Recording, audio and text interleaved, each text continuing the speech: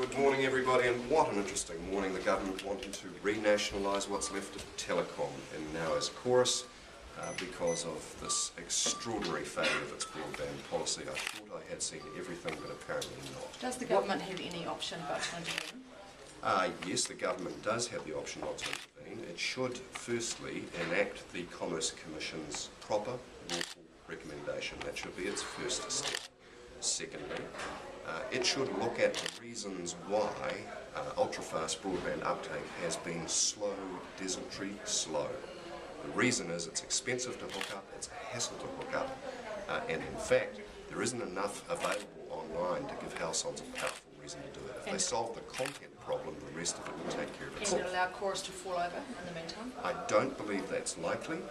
There will probably need to be some discussions with Chorus to get some more information about that, but the government must not warp the law, and it certainly must not make Kiwi households pay the bill, or the bizarre situation of renationalising Chorus to make taxpayers take the risk. That's ridiculous. What would you do if you were in government? Well, we will sit down and study the issue. I think the first thing is to preserve the regulatory process. The second thing is to have a proper online content strategy so that people have a reason to sign up to UFB.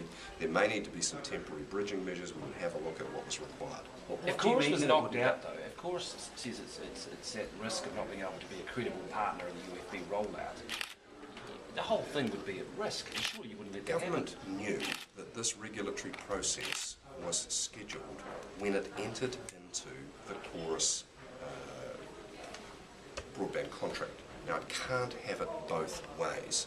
If it's now saying this is a crisis, which was entirely predictable, then it must admit that its original Crown Fibre Holdings contract was very wrong. It can't have it both ways. So right or wrong, is it in the interests of New Zealand to let Chorus get into trouble? Look, when we were breaking up the telecom monopoly, when I was the Minister of ICT, everybody said if we regulated, it would be the end of the world, hell would freeze over, no one would invest in broadband. So we created a more competitive market, investment levels doubled.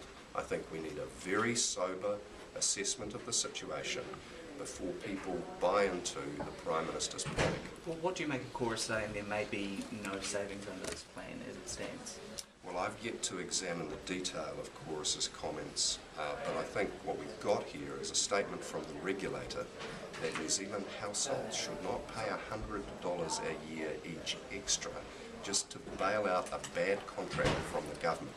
Now, the government has not got a proper regulatory framework for online content. If they did, there'd be more stuff online for Kiwi households to look at, and they'd be more likely to pick up UFB. So first and foremost, you're saying that the Commerce Commission ruling should be adhered to, end of story?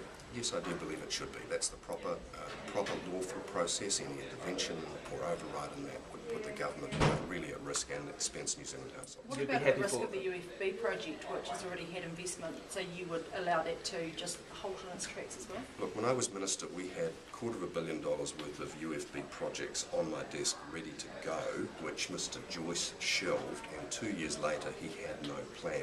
Then they got panicked into a very foolhardy approach which centralised the risk. They should have foreseen this regulatory process. They got it badly wrong. Now it's a shambles. I think when we get a change of government next year, we will strip this down and fix it up. Isn't it? It's not unreasonable, though, is it? You would let the UFB project stall as it is now under the UFB project is already stalled. Uptake is, at my last look, around 2%, which is way below prediction. That is the underlying reason why Chorus's profitability is lower than forecast. If the government was to step in and regulate and effectively subsidise Chorus shareholders to the tune of potentially $1 billion, is what they're saying, they're in the can for here, isn't it reasonable for New Zealanders to ask for an equity stake in return? If the government's regulatory framework and its contractual approach is so bad that the best option that they think they've got is a partial renationalisation of Chorus at a cost to taxpayer of $1 billion, then the Minister should resign and the Prime Minister should go with her. Will Labour support the cyberbullying legislation which is going to be introduced today, especially in the context of the Ghostbusters through this week? Yes, we certainly will. We think that that's a useful bill, but it doesn't actually go to the core issue, which is the problem here, which is the reluctance of victims of those kind of terrible crimes to face the evidential process.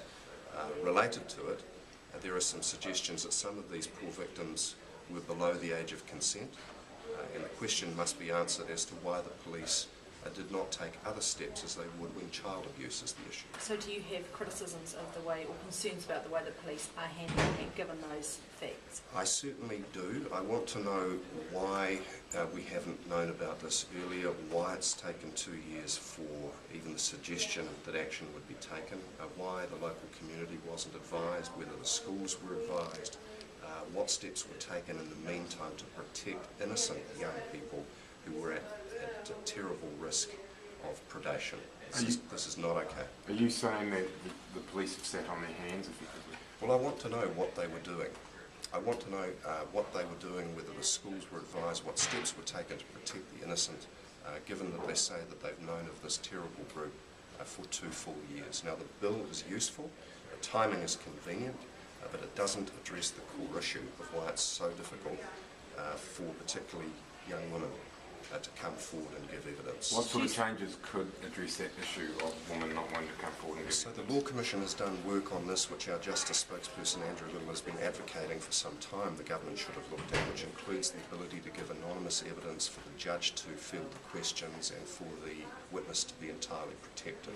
We think in this type of alleged crime, those are appropriate steps to take. They were, of How crucial course, is it in the case of the cyberbullying legislation that applied to minors? That's an issue I need to get more briefed on. I would have thought it was very important because there are a lot of minors online, and that's a whole other issue.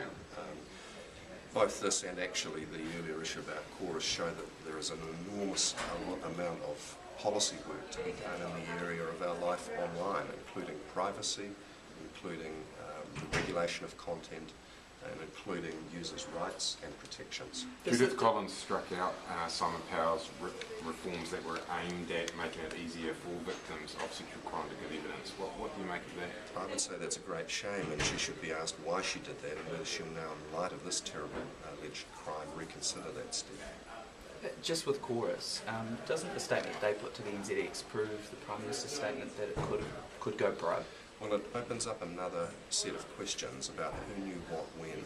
If the Prime Minister now says he's vindicated because he had information of this nature earlier, the question is whether anybody's breached their disclosure obligations or the terms of the Securities Act, either him or Chorus. If they told him earlier of this matter, and he disclosed it to the market, and it was based on inside information, then there is a problem. Nevertheless, do you accept he was possibly right now? Well, I'd need to really study this in more detail. I think it is not an appropriate solution to overturn a proper regulatory process, because if you do that, you end up with Kiwi households paying $100 a year each that they should not be paying. And renationalising Chorus is an extreme response, which I suspect the Prime Minister is only putting out there as cover for other steps, but we'll see.